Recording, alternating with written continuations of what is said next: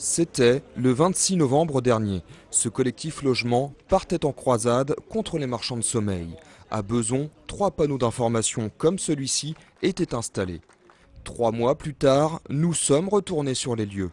Rue Jean Jaurès, le panneau n'a pas bougé, tout comme les locataires qui habitent encore l'immeuble. Cédric vit ici depuis 1 an dans ce studio. Il ne paie aucun loyer, juste l'eau et l'électricité, soit une facture de 50 € par mois. Et pour lui, cet appartement n'est pas insalubre. Je vois vraiment pas le rapport avec un marchand de sommeil, quoi. C'est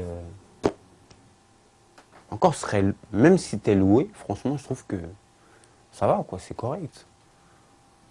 Moi, je sais pas. Avec le RSA comme seul revenu, Cédric n'aurait trouvé nulle part pour se loger. Des loyers trop chers, même en banlieue. En attendant d'être embauché à la SNCF, cet appartement était la seule solution.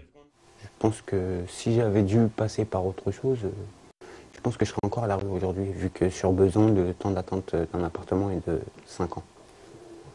Au dernier étage de l'immeuble, nous n'avons pu rencontrer les autres résidents. La propriétaire dit héberger des familles polonaises dans 2 autres appartements. Mais surtout, elle refuse l'étiquette de marchand de sommeil. J'ai pensé que c'était un petit peu idiot, mais bon, vu les circonstances de ce qui se passe ici, c'est que la maison, enfin le terrain plus exactement, intéresse la mairie de Bezons pour refaire, je pense, des bâtiments ou des bureaux, enfin je ne sais pas trop, mais bon voilà, moi apparemment ça ne m'a pas gêné.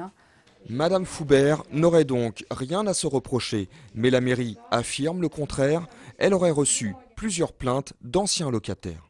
Ces logements loués, enfin pour nous loués, parce qu'on a au moins la démonstration qu'il y a eu 2 locataires qui payaient des loyers et pas forcément, je dirais, avec quittance, eh bien, comment dire, sur cette adresse, les pratiques du propriétaire sont les pratiques de marchand de sommeil, et c'est ce que nous dénonçons.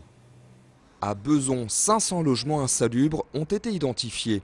Le collectif promet d'épingler d'autres marchands de sommeil très prochainement. Dans cette ville de 28 000 habitants, 1600 personnes attendent un appartement.